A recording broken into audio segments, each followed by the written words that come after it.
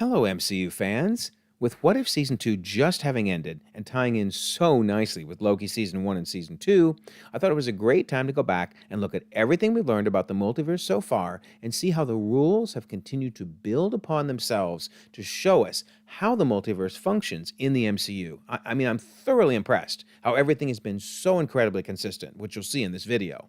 And it makes me all the more excited for Deadpool 3 coming out later this year. That movie is going to be insane. So, without further ado, let's dive right in and see what we can find out. Now, we are running a contest all January long on the channel. All you have to do to enter is be a subscriber and leave a comment. One random winner will be announced on a video in early February and can choose from one of the books or the steel books above. Best of luck. And also, because December has ended, that means it's time to announce the winner for that month. And the winner is Ensamadin 5342. Thank you so much for your excellent comment and also for being a very long-time subscriber. All you have to do is go to the About page for my channel, and you can reach out to me either via my Discord or the email supplied there. So, hear from you soon, and we'll get you your prize right away.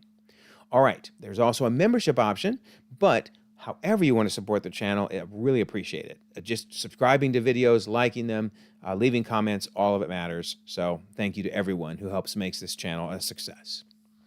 And I also want to mention that I do have a playlist with additional multiversal videos on it. In fact, everything dealing with the multiverse is out there. Still cracks me up that the Kang and Quantum Mania tie-in to the Loki series got 84,000 views. Craziness. But thank you to everybody who watches these videos, and I will be summarizing the things from these, but it's worth checking them out if you haven't seen them because they will go much deeper into some of these concepts.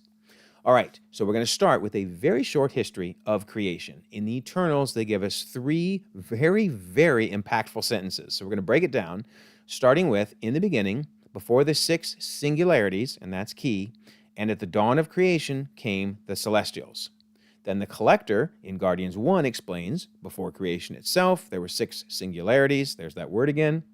And also Odin in Thor the Dark World said there are relics that predate the universe itself. So what on earth are these singularities they're talking about? Well, in Universe Today, on their website, they say that a curvature singularity is best exemplified by a black hole. At the center of a black hole, space-time becomes a one-dimensional point which contains a huge mass. As a result, gravity becomes infinite and space-time curves indefinitely, and this is key, the laws of physics as we know them cease to function. So at the point when we have singularities in the creation of the universe, the laws of physics aren't there. That really makes sense with the MCU, right? Because the singularities are going to become the Infinity Stones, which determine how physics work. Wild stuff. Then Space.com says the universal origin story known as the Big Bang postulates that 13.7 billion years ago, our universe emerged from a singularity, a point of infinite density and gravity. And that before that event, space and time did not exist. And this is wild, which means the Big Bang took place at no place and no time. Wild. So this is very consistent. The MCU obviously just makes up science. I mean, it's not trying to go with physics specifically, but in this particular point, it is spot on with how it works. So what happened to these singularities? Well, Arishem, the prime celestial, created the first sun and brought light into the universe. So then, here he is doing his work. Thank you, Arishem. We wouldn't be here without you. Then we learn from the Collector that the universe exploded into existence, and the remnants of these systems, a la the singularities, were forged into concentrated ingots, Infinity Stones. Then also we get Wong in Infinity War saying at the dawn of the universe there was nothing, then, boom, the Big Bang sent 6 elemental crystals hurling into the virgin universe. Finally, we learn from the Eternals, life began and thrived, all was in balance. And then this is really key. Wong explains these Infinity Stones each control an essential aspect of existence. And that goes directly with what we learned about singularities, right? That there was no time and space at that point, and now we have the Infinity Stones, and they control time, space, power, reality, etc. Also, we learned from the Ancient One, the Infinity Stones create what you experience as the flow of time. But they also even do more than that, right? They do physics and space, etc. But yeah, these Infinity Stones are critical to the creation of a universe. We have to keep all this in mind because these are rules that will really play into the multiverse as a whole. Okay, just for the fun of it, how does it all end? Well, according to Universe Today, it might be via the Big Crunch. So, the Big Crunch is one of the scenarios predicted by scientists in which the universe may end. Just like many others, it's based on Einstein's theory of general relativity. That is, if the Big Bang describes how the universe most possibly began, the Big Crunch describes that it will end as a consequence of that beginning.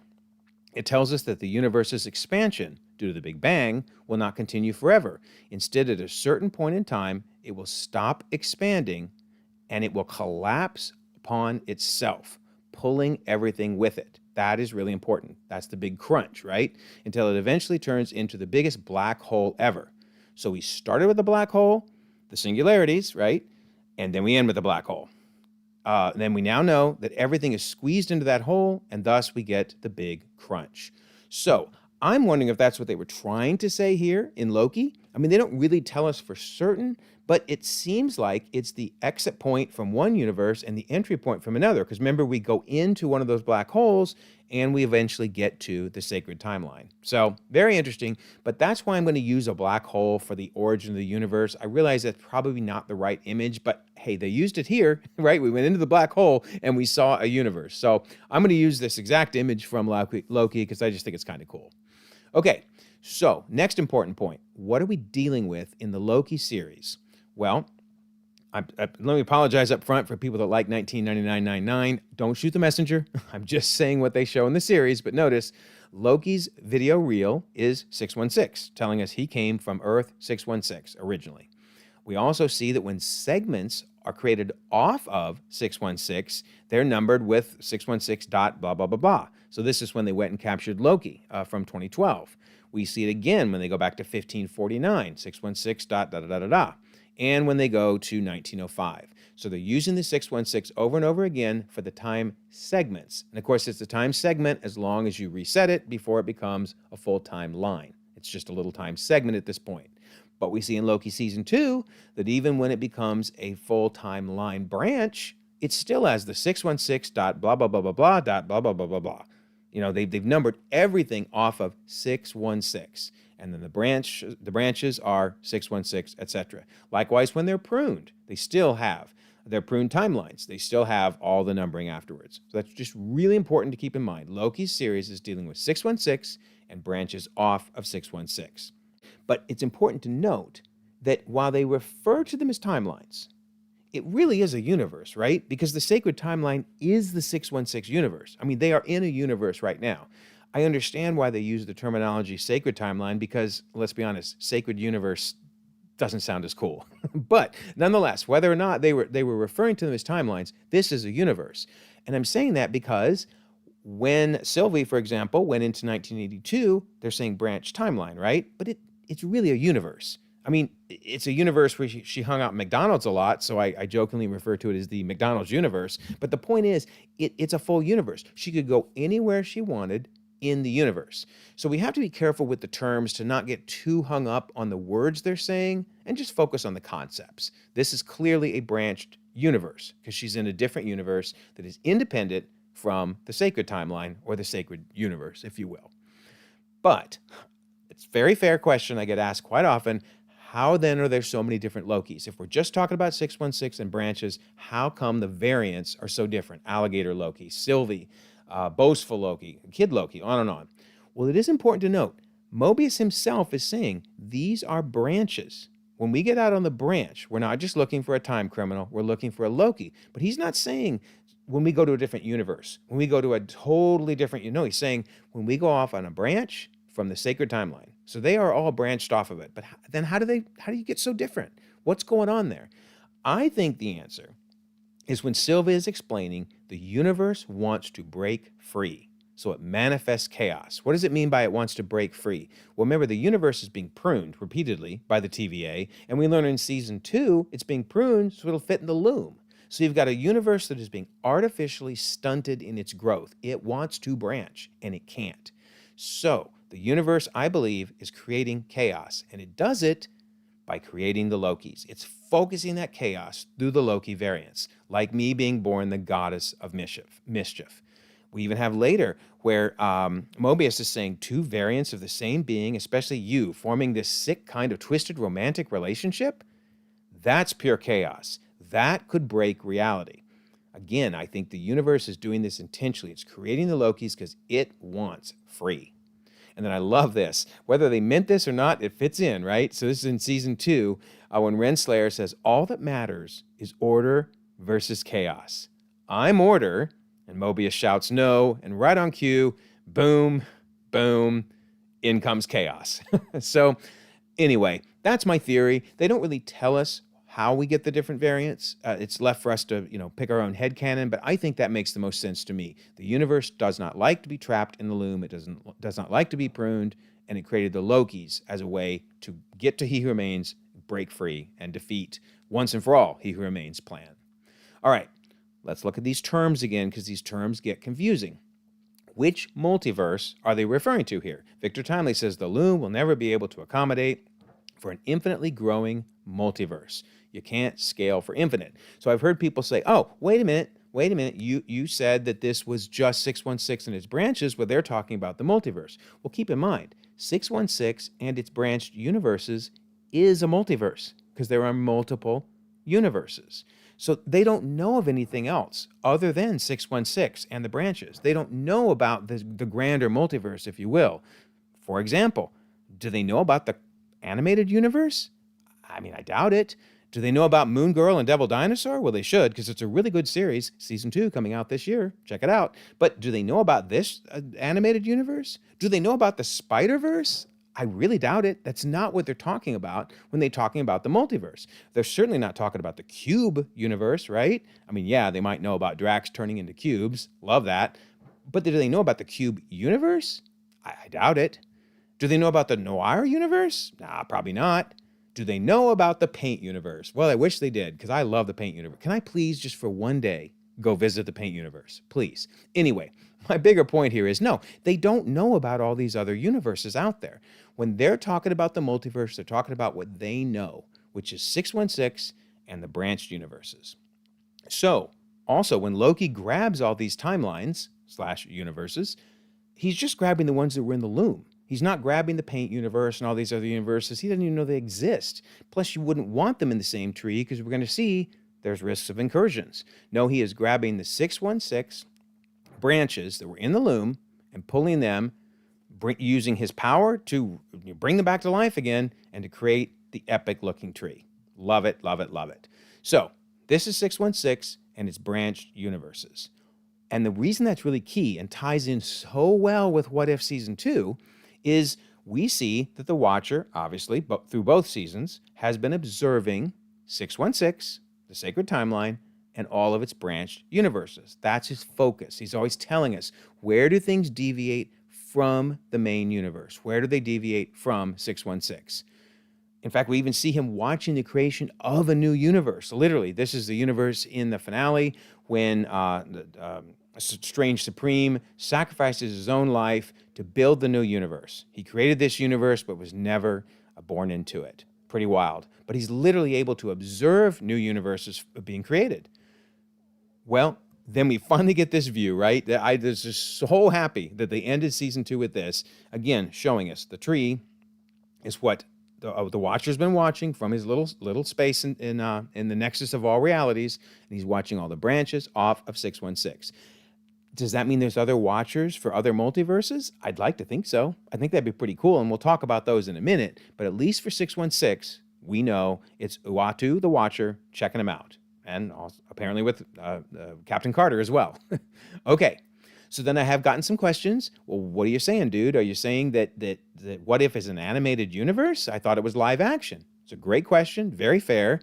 My interpretation is it is not saying it's an animated universe. It is a creative decision to show it in animated form. What do I mean by that? Well, you have I Am Groot, right? That is photorealistic animation, but it's still animated. Yet we know I Am Groot, or Groot himself, is part of a live-action universe. So again, it's a creative choice. Maybe a better example is we saw flashbacks in the Guardians Holiday Special that were animated. But obviously, Peter and Kraglin and Yondu are all live action. It was a creative choice. And I love these blasters, by the way. Just such a cool little flashback. So I watched this again for the Christmas season. Such a good holiday special. Also, another example, Werewolf by Night. Is that really in a black and white universe? I don't think so, because in the timeline book, they actually use the photo from the color version. So, just trying to say that What If is not an animated universe. It is live action being creatively shown as animated. Okay, so we've talked a lot about branched universes. Now let's talk about what else is out there.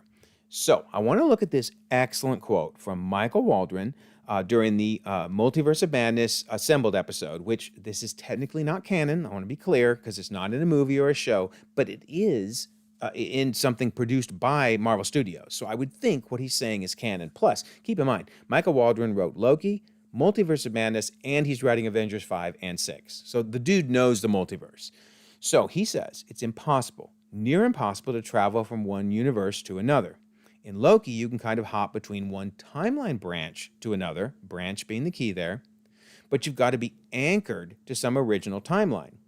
What America can do is she can jump from one universe to another. She can literally do the impossible. So Waldron is using the timeline vernacular from the Loki series, but the real key to take from this is he's making a difference between, are you jumping between things that are branched or between things that aren't? So this anchoring, that is so key. All right, so let's look at some of these examples. Here, let's look first at jumping between branched universes. We obviously see it in the Loki series, right? They're jumping all over the place and having no problem whatsoever. They're just using their tech to do it. We saw in the Time Heist, right? They jumped into the past. That created a branched timeline / universe, and it split, right? Things split. So they were in a branch. And Scott Lang, in his book, explains about jumping between alternate timelines and using the quantum realm to do that. In Agents of S.H.I.E.L.D., he talks about, season 7, they talk about branching off and going back through time, and then now jumping between timelines thanks to the quantum realm. And even in the timeline book, they make it really, really clear that all of the What If episodes are branched off of the sacred timeline. Not expecting you to be able to read the words, just to see the concepts, that the sacred timeline is the line running through the middle, and each episode of What If branches off of it. So we've seen tons of examples of jumping between branches. And then we've even saw how new branches are created, right? Because the Watcher explains that a single choice can branch out into infinite realities. So not only does the timeline book show us that What If episodes are branched, the Watcher basically says it himself. And when he's explaining things like, but in a new universe, a single choice created a whole new hero, that's the moment that created a new universe. But again, a branched universe. So it should be crystal clear that traveling between branched universes, as long as you're anchored back to something, no problem. Easy to do. In fact, the Watcher collected the whole team in What If in the first season. Remember, you're my last hope to save all of them. You are the guardians of the multiverse. So clearly the Watcher can jump between the branches without any issue whatsoever. But really, we saw several others do it. We saw Ultron do it. The entire multiverse at your fingertips, and you spend all your time up there. The boundaries of the multiverse are irrelevant to beings like you and me. And there's that word multiverse, right? But this is at this point, the multiverse that he's talking about are the What If branches off of 616. That's really important. We also saw Doctor Strange in season 2. He was jumping around between universes. He grabs Kahori. My name is Stephen Strange. I've been looking for you for a long time. And he grabs Peggy. Oh, Peg, have I got a story to tell you? And I think really important, and this was so key in season 2, Wanda jumped between universes. She opened a portal and grabbed Captain Carter. And I love how the Watcher describes it. He says the Scarlet Witch, Wanda Maximoff, used her powers to reach into a neighboring universe. Knowing that the Watcher is watching 616 and its branches, he's referring, that's another way of saying a branched universe, effectively. It's a neighboring universe connected to this overall branching structure. That's how Wanda was able to do it. Now, keep in mind, this idea of being so 616-centric, even the TVA was, because the TVA referred to the quantum realm as an adjacent realm. They're focusing on 616 and whether things are adjacent to it or not. So everything so far, again, has been 616 and branches. But remember, has to be something special about 838, because whatever it was, Wanda couldn't get there on her own. She had two options. She could force America to send her to the other universe, or she could try to take her powers, which of course would kill her. But notice, Wanda could not go to 838. Yet, in What If, she bounced around without any issue. Likewise, Doctor Strange couldn't get to 838. America Chavez took him to 838, but he couldn't get there on his own, and he couldn't get back on his own. Yet in What If, we saw Doctor Strange popping around between universes. So that quote from Michael Waldron is so incredibly key. You can't jump around between disconnected universes, only between those that are branched off each other. Wow. Now, we do see in the Marvels, this is a minor spoiler. Don't worry, I'm not going to talk about what's on the other side of this realm, but it is worth noting that in the Marvels, we do see a rift opening in space. I won't say any more than that. I'm not going to talk about what's on the other side if you haven't seen the Marvels, and if you have seen it, then you know this is a rift between alternate disconnected universes, not branched universes, disconnected universes. Okay, so what about these alternate universes? How do they work? Well, it's really important to note that He Who Remains said they are stacked on top of His own. And notice, he didn't say branched, yet clearly He Who Remains knows about branches. He totally understands branches. He talked about nexus points, etc. Yet he did not describe these alternate universes as being branched or having nexus points, etc. So I think that's really key. Even He Who Remains was distinguishing between these alternate universes and between branched universes. And they use tech, obviously, to meet up. So let's talk about these alternate universes.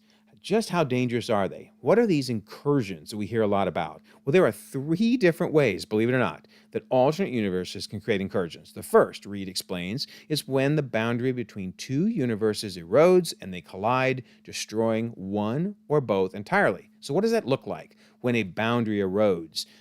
Well, thank you, Kang. He shows us. He talks about the fact that the Kang Council has been playing with time like children. And then he shows basically this image of these stacked universes. He says, I saw their chaos. Boom. Notice here are 2 stacked universes. They're fine. They're not touching each other. But he's saying their chaos is spreading across realities. And then watch. Universes colliding. As he talks about that, notice the branches keep growing and growing and growing. Endless incursions.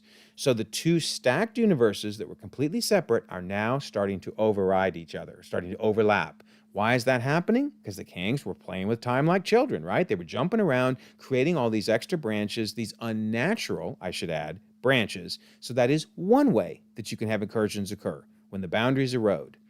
And as he says, the multiverse was dying because of them. In fact, it still is dying because of them. Second way that you can have incursion. When you, as Reed explains, Stephen, your arrival here confuses and destabilizes reality. The larger the footprint you leave behind, the greater the risk of incursion. So visiting another reality, that can create an incursion. We obviously saw that during No Way Home. I need you to capture them and bring them here, says Doctor Strange, while I figure out how to get them back before they destroy the fabric of reality. And of course, he's referring to the villains.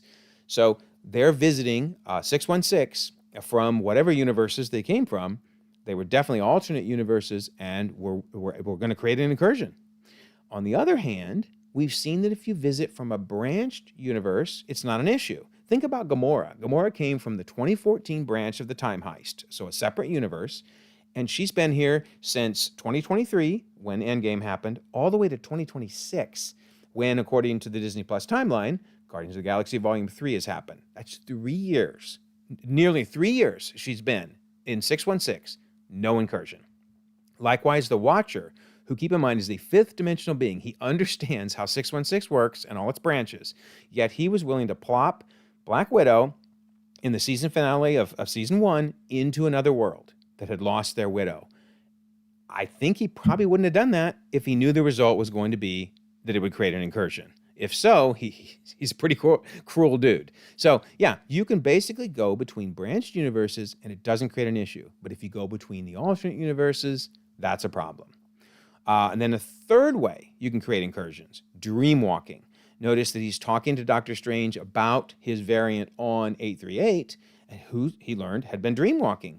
and it created an incursion. He triggered an incursion, and it nearly caused the annihilation, or it did cause, sorry, the annihilation of another universe. So dreamwalking can also cause an incursion. So just lots of dangers between alternate universes. And again, it goes back to the key points that Michael Waldron made. They're not branched, so there are problems when they get too close to each other. America Chavez can jump between them. Yes, nobody else can. Do not go visit an alternate universe.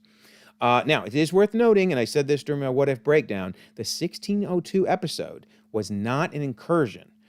Remember, Steve Rogers says, when I went to strike my shield, I hit one of the stones, obviously the time stone, instead. And then as Captain Carter explains, well, the way I figure it, 2 time periods, the 1600s and the 21st century, have been compressed.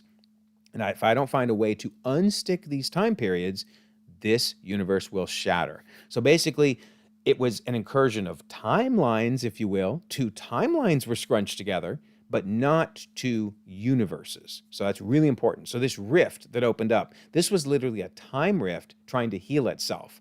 Because if this had been an incursion, once this started, this world was going to start to be destroyed. Instead, the rift would like suck somebody into it, remember, and close up.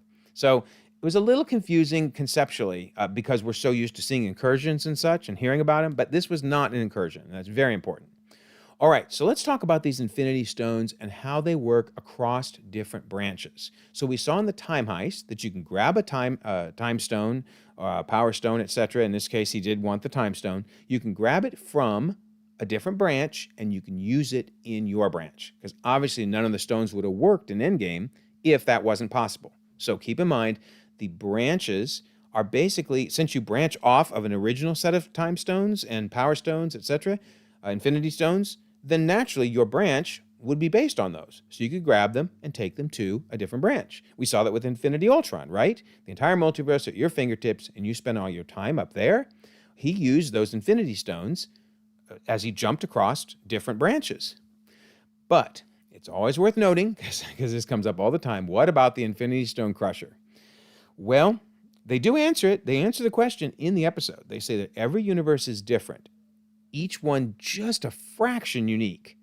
The Infinity Stones, therefore, are unique. Now, it's important to note, they're not so unique you can't take them between branches, but they're just a slight bit different. Because of that, the Crusher was designed to destroy the stones of my world, not his. So it's a little confusing for them to say, yeah, you can take the stones between different universes, but you can't take the Infinity Stone Crusher. But again, they do explain it in the episode. Even just the most infinitesimal difference makes the Crusher not work. Okay, so let's try to wrap all this around some basic terms, because it will really help take everything we've seen and put it into simple words. So, what's a timeline? A timeline is a chronological arrangement of events in the order of their occurrence. I know they sometimes use timeline to make it sound like it was where people are living. Those are really universes, right? I think we've seen that. It's definitely a universe. In fact, what is a universe? It's a 4-dimensional place consisting of 3 dimensions of space and 1 dimension of time. So then we have base or alternate universes. That's a universe that has its own origin point. It's the starting place. Then we have branched universes. That's a universe that's anchored to another universe at the point of divergence. So then we have multiverses. It's a base, alternate universe, and its branches, right? Because that's what we saw in What If, 616, and its branches.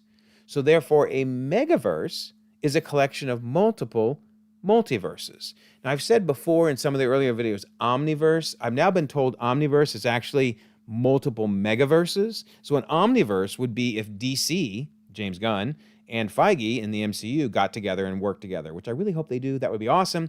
But I guess you could say the omniverse is DCU and MCU all in the same space. But that's down the road. We'll have to wait and see if they can work that out, right? So a megaverse is a collection of multiple multiverses. All right. And then let's look at these very, very, very, very important rules that we've seen quite clearly laid out for the MCU. We're going to look at the branched universe rules and the alternate universe rules. In particular, movement between them, incursion risk, and Infinity Stones. How do each of these work? So movement between branched universes. We saw it can be done via magic, because Doctor Strange and Wanda in What If, Season 2, they jumped all over the place. Science lets you do it. The Time Heist, Agents of S.H.I.E.L.D. did it. And innate powers. The Watcher on his own, being a fifth dimensional being, can jump between the branches on his own. Incursion risk? There is no risk, at least that we've seen. I mean, again, Gamora's been there 3 years with no issue. I'm thinking probably there's no risk ever, but we'll see. So for now, there is no risk between branched universes causing incursions. And the Infinity Stones are similar enough they can be used between branches. We saw that in the Time Heist, and we saw it with Infinity Ultron. What about alternate universes? Movement between them. Well, you can create openings, as we saw in the Marvels. Again, I'm not going to say any more. I don't want to do any spoilers for someone that hasn't seen it. By science, so somehow the Kangs were able to meet across alternate universes. We don't yet know what their tech is, but I personally think that whatever happened in the Marvels, that is their tech. That's my opinion. It's not revealed in the movie, so that's not a spoiler for the movie, but I think that's Kang tech. Or someone can use their innate powers, America Chavez. So does that mean America Chavez is more powerful than the Watcher? Not really. I think the Watcher is stronger, obviously, and he's the fifth dimensional being. I just think America can do something nobody else can do. I mean, that's what Waldron said. Incursion risk. Oh my word, so many ways you can get incursions, right? The boundaries between alternate universes erode. Someone visits from an alternate universe, or someone dreamwalks in an alternate universe. Do not mess with alternate universes. Bad news. And then the Infinity Stones. They are unique enough to create a different reality. Paint, cubed, animated, obviously live action, or even a different flow of time. So, if you disagree with anything here, let me know. I mean, I have tried my best to just describe what we saw. Notice I'm not showing any of my theories. I'm showing what I think is what they have explained to us. So if you do think anything here is wrong, let me know, because I don't want to have this wrong. This needs to be right. But I'm now going to look at a working model for the multiverse. But here's the key. In case you've seen this before and you don't like it, guess what? I'm going to talk about 3 different models. 3, because I've gotten a lot of feedback on, hey, what if you consider this or this? I want to show, though, how all 3 models end up in the same place. It's fascinating. They start differently, very differently, but they end up in the same place. So, okay, with this model for the multiverse that I'm going to start with, I believe we have the Big Bang. Remember, I said I'm going to show that as a black hole, which creates the Infinity Stones, which gives us different realities. So in this case, there were at least four big bangs, which gave us paint and the animated, the 838, and the 616, because at least it sure seems like those are not branched off each other. But hold that thought if you think they are. We'll talk about it. And then each of these universes then can have their own branches. Thus, each of these are a multiverse. And therefore, the megaverse is multiple multiverses. So that's what I think. But I've had several people say, hey, I like the idea of one Big Bang. Okay, that's fair. I mean, it's a little tricky because keep in mind, we learned, at least according to scientists, that while the universe was being created, there is no time and there is no space. So I'm not sure exactly how we get the branches when there's no time or no space. But for the minute, hey, I'm fine. Let's go with that, because here's my argument. In the end, it doesn't matter that much for the rest of the multiverse, right? Whether you have one or whether you have multiple, in both of these cases, we end up with multiple multiverses. So I don't want us to get hung up on whether we think there's one or multiple Big Bangs. We kind of get the same result. But here's the third model. There have been arguments for no. Not only is there only one Big Bang, there's only one initial universe. And I'm picking 616 because it's just fun, right? It doesn't really matter what you put as the first one, but let's go with 616. So it obviously has branches, and off of that ultimately branches 838. And I agree, I kind of like that idea, but we'll see how still we're going to get back to the same place again. So hold on. But anyway, so we branch off to 838, but that also means we have to somehow branch off to animated, right? And even off of that to paint. Got to have paint. Don't take away my paint universe. Anyway, so this raises a really good question. How do you get a set of Infinity Stones to be so different on a branch that it literally changes how the Reality Stone works? Now, the theories I've heard are, well, just like evolution. We started as single-cell organisms, according to the theory of evolution, and we end up as human beings. You know, how does that happen? Over billions of years. That's how. So the argument is, over billions of years, yes, you could get Infinity Stones that morph into different types of reality. Okay, I don't particularly like that theory, but I understand it. And I agree that it's a valid theory, right? Because we don't know. Marvel has not told us how this all got created. But here's the real key. We know, not just from Michael Waldron's quote, but we know from experiencing things that 616 and 838 can't be branched off each other. That branch has got to go away. Otherwise, Wanda could have traveled here. Doctor Strange could have traveled here. There would be no incursions. So there has to be something fundamental when this branch doesn't exist. So theories I've heard for people that like this model are that over time, a universe breaks free. We don't know exactly what or when, but it breaks free. So using that same theory, these would break free as well. Okay, again, I hope I'm representing this model right from what people have told me they feel it is, but here's my real point. Look at this now. You have multiple multiverses, once again.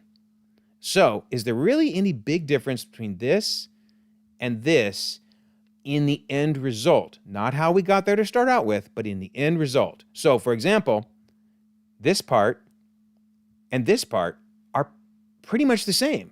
You have to end up with multiple multiverses or you don't have an 838 and a 616 that fundamentally work differently than the branches directly off of 616. So that's why I'm saying that doesn't matter. And in a way, this doesn't matter because, again, you have the same top.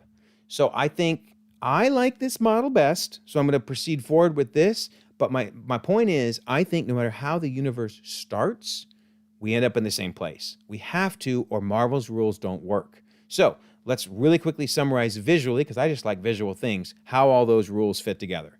So we have the alternate universes are stacked on top of each other. They are separate. That's key, which in this model they are, right? And in fact, everybody's model, we get to this point where they're all separate. So let's talk about 616. Obviously, it has its branches, and I think this is a multiverse, and I think that's what we're looking at here. I think that's the Loki's tree, the what if tree, what the Watcher's watching, etc. He's watching this part of the 616 and its branched universes, a la the multiverse. So, what are some of the things we've seen? The time heist allowed you to travel between branches. Mobius, obviously, throughout all of the Loki series, he traveled between branches without issue. Loki traveled between the branches. We have the McDonald's branch where Sylvie lived. So there's lots of travel between them. Fitz showed that you can travel between branches. The Watcher can do it on his own powers. We saw Wanda do it. We saw Doctor Strange do it. So everybody jumps between these branches without any issue. Over and over again, no problem whatsoever. We also saw there's no negative results of staying in those universes. Gamora's not caused incursions. Black Widow's not caused incursions. Awesome. And we've seen that the Infinity Stones, all of them, work across the branches. So the Time Stones, Power Stones, etc. We saw it both in the Time Heist and with Infinity Ultron. Okay, that all works perfectly. That all makes sense. Then we have the Infinity Stone Crusher, which showed us that even though the stones are basically the same, it could be used across branches, there's just enough of a difference that it doesn't work. And then again, we had that rift, which I want to stress is not an incursion. At least I don't think so. It's a time rift trying to heal itself. All right. Now, then we have ripping up portals, ripping up holes in space between universes. And again, when the Marvels finally comes out, I'll start talking about what's on the other side of this rift, but I'm trying to be respectful for people that haven't seen the Marvels. But trust me, if you haven't seen it, it's awesome what's on the other side. All right, so now let's talk about 838, which is, I believe, an alternate universe. It is not connected in any way at this point. Even if it branched originally, it's no longer connected. So we know that only someone like America Chavez can do it innately. We know that someone like Doctor Strange risked creating an incursion that was very dangerous for him to be there. In fact, speaking of incursions, we learned that these branched universes, over time, thanks to silliness from the Kang Council, and they're playing games with time, created these incursions, created the overlapping and the breakdown of the boundaries between these universes. We know that the Spider-Man and all of the villains practically created an incursion that only Doctor Strange, as a last resort, could heal up. So that's really bad. We know that that all the Infinity Stones, rather, work differently. And in this case, the Reality Stone is creating different realities, paint, animated, etc. And then I think the Time Stone being different across realities may explain the silliness from Deadpool 2, right? When Cable, obviously he was able to rewrite time, and then Deadpool went nuts with it, continually rewriting time. maybe that's why time works differently and doesn't create branches. So I know I have the branches growing off of there, but maybe, at least in Deadpool's universe, they don't. That's a different set of time stones that allow you to overwrite time. Wild stuff. So all of this together then creates the megaverse. So again, no matter how you think the universe started, I think these rules fit perfectly with the multiple multiverse theory. All right. So final thing I'll say is, what about that Spider-Verse? Why have I not talked about the Spider-Verse? Well, I am going to do a separate video, I promise. That's probably going to be the next video I'll do. But I'm not going to put it in this one because I want the MCU's rules to be discussed separately before we get into the Spider-Verse. I say that because, well, in an interview, Lord and Miller said that's what I should do. They said the movie is not connected to the MCU. I mean, wow, that couldn't be much more clear, right? I'm hoping that this ends up not being true. I'm hoping that Sony goes, we want to make money. so we do want them to be connected. But they didn't stop there. They said the world of Miles Morales and Spider-Verse is not tied into the Marvel Cinematic Universe or anything like that. Yikes. Then they went on to say that any references are a little bit meta. Because obviously there were tons of references, right? They referred to No Way Home. No, they're saying that's all meta. And they said this isn't something where we did anything in conjunction with Marvel. Oy vey. So that is why I'm not including it in this video, because Feige is not responsible for rules created in the Spider-Verse, which he didn't work on. But I do think still that there are a lot of ties between the Spider-Verse and the MCU, and the rules do work a lot better than you might think. It's considering that no one worked together. But anyway, separate video. Okay, so there you go. That is everything we know about the multiverse. Hope you've enjoyed this. Please share it with folks that want to know more and give me your feedback. I would love your feedback if you don't agree. I've tried my best to incorporate everything that people have told me over all these different videos. I really do want this to be interactive, so let me know what you think. Don't forget, we do have the January contest running all month long. All you have to do to enter is be a subscriber and leave a comment. One random winner will be announced on a video in early February and can choose from one of the books or steel books above. Best of luck. And don't forget, we do have the new membership option if you're interested. And then I always like to mention our Discord server, and we're doing a What If Pitches contest number 2. We had so much fun with the first one. We're doing it again all month long. So make sure to join the server. I will leave a pinned comment so that you can join and you can share your ideas for What If. Love to hear them. Also, if you don't mind, like this video, subscribe if you haven't already. You can check out more content, and we'll all continue to enjoy the ever-growing, ever-changing Marvel Cinematic Universe.